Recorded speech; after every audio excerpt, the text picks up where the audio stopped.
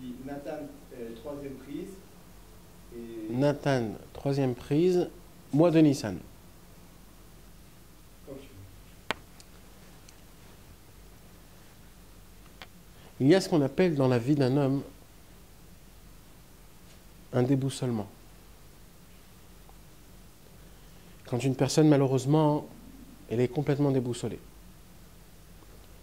Quand je parle de déboussolée, je ne parle pas quand une personne elle est en tristesse, ou alors elle passe une période qui est dure et que ça va passer. Je ne parle pas de ça. Je parle d'une personne qu'elle a son train de vie qui est tout normal, il a sa parnassa, il a tout ce qu'il faut, ça se peut même marier avec des enfants, etc. Il a tout ce qu'il faut. Maintenant, c'est quoi le problème? Le problème, c'est qu'il sent que malheureusement, il n'est pas chez lui. Il sent qu'il n'a pas sa place là où il est. Ou des fois, il y a même le sentiment d'être une personne, comme on dit en hébreu, zar, c'est-à-dire extérieure. Je ne fais pas partie du jeu. Je peux même rentrer chez moi à la maison, avec ma femme, avec mes enfants, ou alors au travail, ou alors avec mes amis. Et j'ai une impression comme si que je ne suis pas dans l'encadre. Je ne suis pas dans ce cadre-là. Je sens complètement... Je ne me sens pas à ma place, je ne me sens pas là où il faut. Ça, c'est un point. Il y a un deuxième point. Un point qui est un peu plus grave. C'est ce même point exactement, mais en spiritualité. Vous imaginez quand quelqu'un... Déjà, c'est très dur de s'asseoir et d'étudier à cause de la parnassa, etc., la maison, le problème. Et à la fin du compte, le mec, il s'est assis et il s'est mis à l'étude de la Torah. Et quand il se met à l'étude de la Torah, une petite demi-heure par jour, alors 1 heure et demie, 2 heures, et bien pendant cette heure-là, il ne se sent pas attaché. Il sent que la Torah, ça ne lui parle pas. Il sent qu'il est complètement... on dirait du chinois ce qu'on parle. Et malheureusement, ce problème-là, ce n'est pas que dans la Torah, c'est équivalent à la prière, qui est encore plus grave. Parce que la prière, c'est quoi? C'est la connexion avec Hachem. Imaginez-vous quand une personne elle essaye de se connecter avec Hachem et qu'il ne se sent pas du tout dans l'histoire. Il y croit presque il n'y croit pas à ce qu'il fait. Et après Hachem, il se dit peut-être qu'on m'entend, peut-être qu'on ne m'entend pas. Et vous savez ce qui se passe quand une personne elle n'a pas de place? Chas v'shalom, quand une personne elle n'a pas de place, alors la joie n'existe plus. Et malheureusement, c'est quelque chose que quand une personne n'a pas la joie, que Dieu nous en préserve, rien ne va. T'as beau être le meilleur, le plus fort, en bonne santé, le plus riche, quand tu n'as pas la joie, il n'y a rien du tout. Et ce problème-là, mes amis, c'est un problème que presque tout le monde a ce problème-là. La différence, c'est qu'il y en a qui l'ont un peu plus et il y en a qui l'ont un peu moins. Mais en vérité, ce problème-là, le problème que je ne trouve pas ma place, c'est le problème qu'on a tous. Il y a des gens où des fois, ils ne se trouvent pas chez eux quand ils sont chez eux à la maison. C'est pas tout le temps, mais c'est des fois. Et à cause de ça, qu'est-ce qui se passe? Il y a quoi? Il y a ce qu'on appelle les bayot de Shlom Bayit. C'est quand le Shlom Bayit ne va pas comme il faut. Il y a des fois, ça va être un peu dur à croire à ce que je vais vous dire, mais c'est la vérité. Celui qui est sincère, il peut se le dire. Il y a des fois, un papa ou une maman, elle ne trouve pas une conversation avec leurs enfants. Il n'y a pas de lien, il y a un manque, il y a un vide entre les parents et les enfants. Il y a un vide, ils ne parlent pas la même langue. Presque en se posant une question, est-ce que je suis vraiment le père ou la mère de cet enfant-là? Parce qu'il ne me considère pas comme un père ou une mère. Et pareil pour l'enfant. L'enfant, il se pose la question, il se dit, mais où sont mes vrais parents? Ce n'est pas eux mes vrais parents.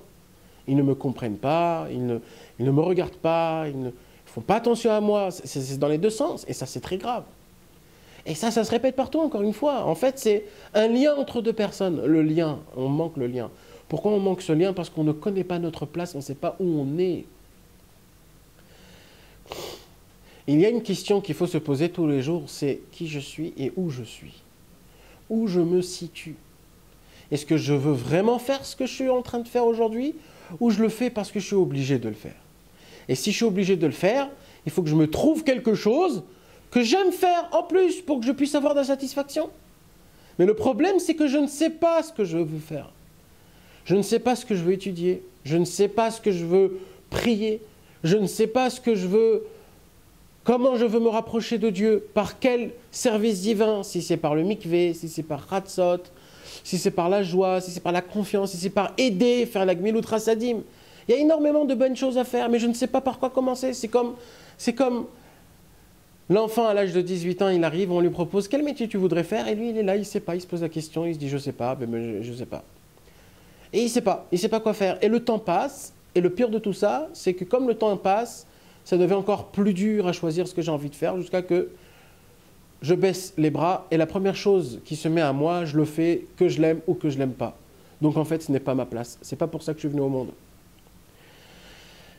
C'est un problème qui est dur, mes amis. C'est vraiment un problème qui est dur. Vous savez comment ça s'appelle, ce problème-là?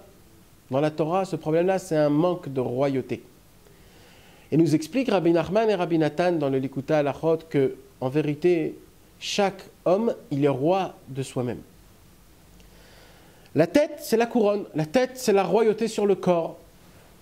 La tête, c'est elle, en fait, qui donne toutes les réactions et l'ordonnement à tout le corps, comment bouger, comment faire les choses. Quand une personne, elle ne se sent pas à sa place, c'est qu'en fait, cette personne-là, elle n'est pas roi de soi-même. Et ce problème-là, qu'elle n'est pas roi de soi-même, ça inclut tout ce qu'on peut appeler dans la royauté, c'est-à-dire il ne sait pas prendre des initiatives, il ne sait pas se diriger, il ne sait pas se mettre des barrières, il ne sait rien faire. Il est pris par tout ce qui se passe, par le monde, par les tempêtes, par tout ce qu'on lui dit, etc. Pourquoi? Parce qu'il n'est pas roi de soi-même. Et normalement, ce qu'on demande, c'est quoi? C'est qu'une personne puisse prendre la royauté de soi-même, qui puisse se diriger, qui puisse se renforcer, qui puisse même être beau envers soi-même, de se donner des qualités, de se rendre beau, etc. Mais il n'y a pas ça. Pourquoi? Parce que c'est un manque de royauté personnelle. Et ce manque-là, donc, qu'est-ce qu'on peut faire pour qu'un homme puisse prendre de la royauté, il puisse prendre de la force sur son corps, sur lui-même, et que grâce à ça, il puisse trouver sa place. Et en trouvant sa place, il puisse faire dans sa vie des choses qu'il aime faire. Pas des choses qu'il est obligé de le faire. Ou alors des choses qu'il ait fait, mais il n'est pas du tout content qu'il ait fait.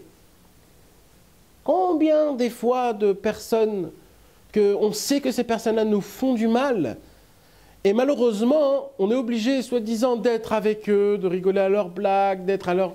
Pourquoi? Parce qu'on se dit, je suis obligé, mais on n'aime pas. Et ça, c'est quoi ça? Ça, on sait que cet homme-là, il nous pourrit notre vie, il nous met dans des mauvais chemins, mais on n'ose pas de s'éloigner ou de s'écarter de ça, pour plein de raisons. Mais la raison essentielle, c'est comme tu n'as pas de place, alors tu te mets partout. Là où on te présente une chaise pour t'asseoir, tu t'assois. Là où on te présente une chaise pour t'asseoir, tu t'assois parce quoi? Parce que tu n'as pas ta propre chaise dans ta vie.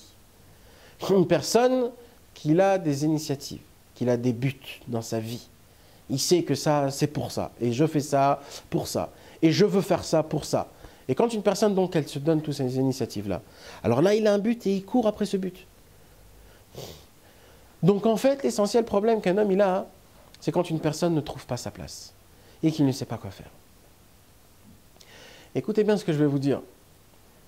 On l'a dit plusieurs fois, dans le calendrier juif, il y a 4 sortes de Rosh Hashanah. Il y a 4 sortes de calendrier. Il y a le calendrier humain de l'homme, c'est le calendrier normal, qui commence au mois de Tishri à Rosh Hashanah et qui se termine après. Et on compte les 12 mois depuis Rosh Hashanah. Il y a le calendrier juif. C'est quoi le calendrier juif? Le calendrier de comment la Torah nous parle. Le calendrier de comment la Torah nous parle, c'est le calendrier où le premier mois, c'est quoi? C'est le mois de Nissan. Le mois de Pessah, là on est sorti d'Égypte et que Akadosh Baruch Hu nous a promis et préféré plus que tous les autres. Après, il y a le mois du comptage du maaser des bêtes. C'est-à-dire que, vous savez qu'il y a le maaser c'est donner 1/10. Il y a le 1/10 aussi dans les bêtes. Quand une personne elle a 11 bêtes, elle doit donner une seule bête. Et ainsi de suite. Ça, quand on le fait, quand on compte ce comptage-là, on le compte le mois de Elul. Il y a aussi le comptage du calendrier du roi, c'est-à-dire quand on compte les années du roi qu'il a régné, c'est quand? C'est le mois là où quand une personne, elle arrive, un roi, s'il a été, son année royale, c'est pas 12 mois le jour là où il a été décrété roi, c'est pas ça. Le jour là où il a été décrété roi, on le compte le mois de Nissan.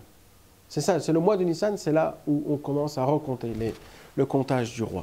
Ça veut dire, si un roi, il était roi le mois de Hadar, et qu'il rentre dans l'année de Nissan, dans le mois de Nissan, on lui compte tout de suite un an. Parce que c'est comme ça que ça se fait. Donc, le mois de Nissan, en fait, c'est quoi? Le mois de Nissan, c'est un mois, on dit Rosh Hashanah la Melachim. C'est le Rosh Hashanah des rois. Et qu'est-ce qui se passe dans le Rosh Hashanah des rois? Dans le Rosh Hashanah des rois, il se passe quelque chose de très très très important. La première chose, c'est quoi? C'est que le roi, il s'habille des habits royaux comme il n'a pas l'habitude de s'habiller. Une seule fois. Et c'est cette fois-ci là où il va sortir dehors et que les personnes vont voir sa beauté, sa grandeur et sa royauté. Et c'est là où nous, on va l'apprécier encore plus.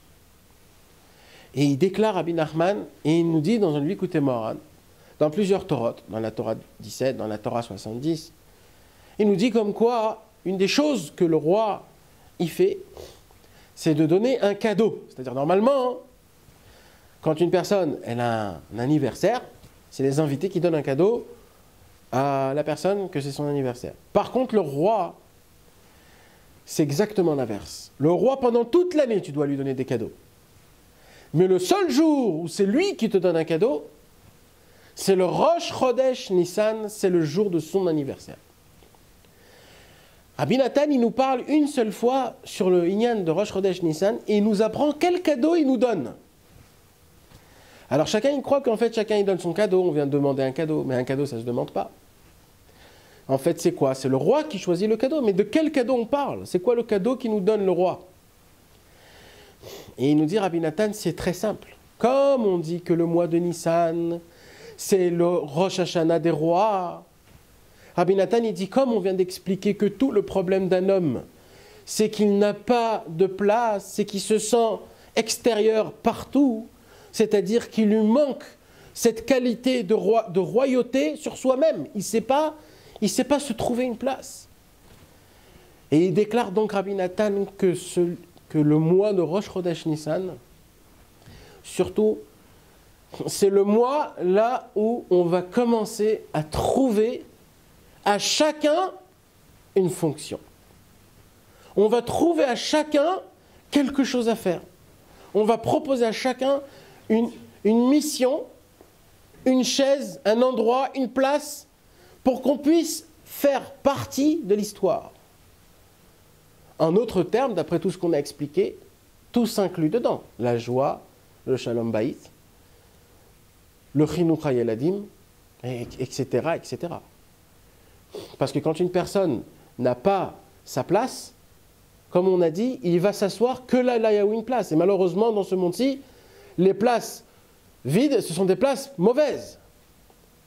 Donc en fait, ce qui se passe, c'est que le mois de Rosh Chodesh Nissan, on a un cadeau exceptionnel que Akadosh Baruch Hu nous donne, c'est de nous donner une fonction dans ce monde-ci, une mission, pour qu'on puisse se sentir chez soi et de le faire avec une joie énorme.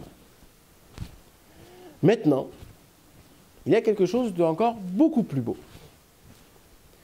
Les Breslev à l'époque disaient comme ça, c'est marrant que Rabbi Nachman de Breslev, le jour où il est né à Rosh Chodesh Nissan. Et c'est écrit dans la Gemara, Man Malchei Rabbanan.